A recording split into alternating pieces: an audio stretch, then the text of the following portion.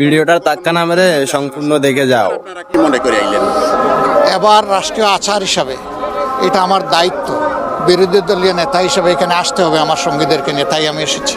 আপনারা কতটুকু এই দেশের মানুষ করতে পেরেছে বা আপনাদের আমরা আসলে ভাষা শহীদদের আগেও 47-এও যারা শহীদ হয়েছেন তাদেরকে শ্রদ্ধার সাথে স্মরণ করি, 52 শহীদদেরকে স্মরণ করি, 71-এর শহীদদেরকে স্মরণ করি, 90-এর গণঅভ্যুত্থানের সময় যারা শহীদ হয়েছেন তাদেরকে স্মরণ করি, এরপরেও যারা ফেসিবাদের হাতে শহীদ হয়েছেন তাদেরকে স্মরণ করি। বিশেষ করে 15.5 বছর ফেসিস্ট আমলে যারা শহীদ হয়েছে তাদের সবাইকে আমরা শ্রদ্ধার সাথে স্মরণ করি এবং শেষ পর্যন্ত আমরা স্মরণ করি যারা জুলাই যোদ্ধা হিসেবে জাতির অধিকার প্রতিষ্ঠার জন্য লড়াই করে জীবন দিয়েছেন তাদের সবাইকে আমরা স্মরণ করি। শেষ পর্যন্ত আমাদের উসমান হাদিকেও আমরা স্মরণ করি। কিন্তু আপনি যে প্রশ্ন করেছেন যে তারা যে কারণে লড়াই করেছিলেন সেই প্রত্যাশা কতটা পূরণ হয়েছে, না, সে প্রত্যাশা পূরণ হয়নি। সেই প্রত্যাশা পূরণের জন্যই আমাদের লড়াই, আমাদের অঙ্গীকার, আমরা এই লড়াই অব্যাহত রাখবো।